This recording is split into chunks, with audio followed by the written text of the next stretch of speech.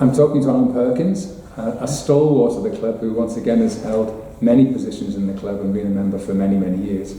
Alan, when did you first get involved in athletics? Athletics? Well, when I was growing up in Parkland, we always used to run. We'd be running everywhere. And we used to run around the block, we call it, the street. And it turned serious when Chris Daniels and a Mickey Mouse watch. So then we could time it as well as just run around. And I was always the best. But I was 2 to 3 years older than the rest. I was 10 and the youngest was 7, so I haven't put that down as a starter. Anything special. Did you run at school? Well, the school I went to, it was a choice of sports, rugby or rugby. And they did decide one year to enter a team in the West Glamorgan schools over Swansea. So we had a trial which consisted of one surround tie bar rugby field and throwing a javelin as well. So I came first in the javelin and first in the 400. So I was selected then to run for the school. Well, they hired a bus from Jones Pandy. Well, we still used to call it Shanabangs then, that's how old it was. And the bus turned the blade. And the first 2 events were the 400 and the javelin. So I got to a Singleton track and I spent the afternoon sitting in the dressing room and missed both events. So I had my athletic prowess in school. What about the club? When did you first join? Well, Harriers? I didn't join when I first started running. I ran Cardiff Marathon, and I didn't join the club. And I was running Rumney half marathon, and I was after I was in a pub, and I was headhunted by the croupiers. Jeff Woods came on to me and said, do you run for anybody? No, I think you can see my potential, mind you. And he said, the croupiers only just started. He said, if you run 5 races and send the results to me, I always remember his address, Africa Gardens in Cardiff, something exotic. So I sent off the 5 results, and then you're a member of the club, and you got a free vest and shorts. I was worried it might affect my amateur status, but it didn't anyway. So I ran with the group there for a couple of years, and then there was a West Glamorgan cross country up in Torna. No, sorry, there was a 10-miler in Torna, and the following week was the West Glamorgan. And Jim O'Brien came on to me, and he said, do you want to run for Port Talbot next week in Llandarcy, the West Glamorgan League? I said, well, I can't. I said, I'm running for a group yet. He said, oh, you could run second clean. So I ran then in Llandarcy, the following week, and I thought, oh,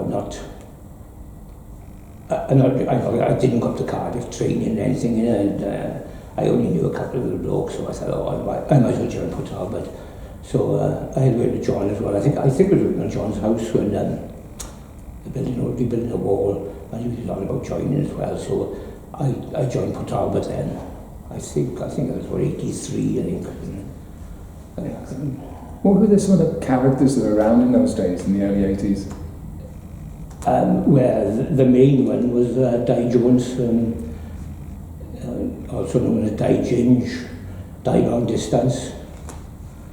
And he'd have a string vest and a pair of shorts, right throughout the year. Yeah, and he liked a pint as well.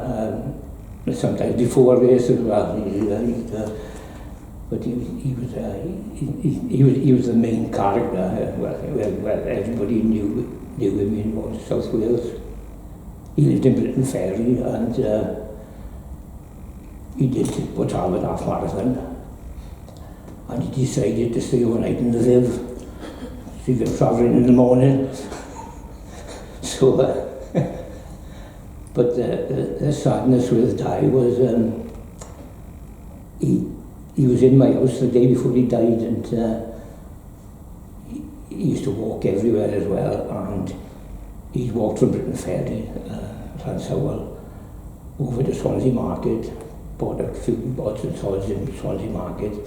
He walked back to my house in Bagla and had a sandwich and a cup of tea, and then he went back home, and the following day there was a run for the kids in Britain Ferry, and he was running along, just collapsed and died. Oh, sad. How old would he have been? Yeah, I was about 50, in his early 50s at least, like that, yeah. But he was definitely the main character. You know, we had stalwarts of the club, but actually character-wise, he was on his own. What about yourself, Alan? Did you have a favourite event? I enjoyed doing everything, really. Well, so not the pole vault. Think of everything. Yeah, no, but running on the track would be 50-100. What I call don't ask me my best time now. John might know. But cross country, I think, yeah, it was a favourite. I enjoy doing marathons as well, but you were a good marathon runner. I didn't really take it serious. The trouble with marathons was they were on a Sunday, and Sunday comes before Saturday night. Alan, what are your memories about the ways in which, like John, you used to edit the newsletter, the paper chase, and so on? What sort of memories have you got of communicating with members in those days? Well, the ease and the difficulty. Well, as John said, I used to write the newsletter, and then I'd run around and deliver it. So that was my training, basically. I did run up to Alan Fennell's in Cummer once, and I thought I'll post it next time. I think it was about a 25-mile round trip. Again, what about things like kit that you would have worn in those days? It was substantially different from what young people would yeah, wear. well, it was black with a red stripe across, horizontal stripe across the middle when I first started running, and I thought it was great. I didn't perspire that much, so I didn't have to worry about it. What about things like the running shoes that were or were not available in those days? Where did you get your when I first started running, I had my green flash from Woolworths. But I'm not sure it was the first marathon. It could well have been the first marathon. I went up to Cardiff, and Bernie Plain had a few of Bernie Plain. He ran for Great Britain, and he had a shop in Roath, and I tried shoes on, and I tried a pair of Karoo. They were made in Finland, and they must have been the first that air cushioning in the heel. I'm talking the early 80s now, over 40 years ago. So I had them, and I thought they were absolutely great, but they were expensive at the time. I think I paid £26 for them, which was a lot of money. But they were solid as well. They lasted me for years. In fact, I had 3 pairs at one time, and I don't know if John will remember it, but the only problem was we went over to Darcy one day, and because I had 3 pairs, when I got over there, I had 2 left feet. So I ran in my desert boots. Alan, thanks ever so much for this interview. I have to say, thanks for all the contributions you've made to the club over many, many years. I know you're an amazingly popular character and been tremendously supportive to all the members in the club. Thank you very much. The thing is, I've enjoyed it.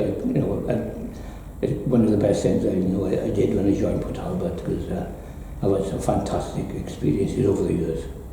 Thank you. Thank you, Bert.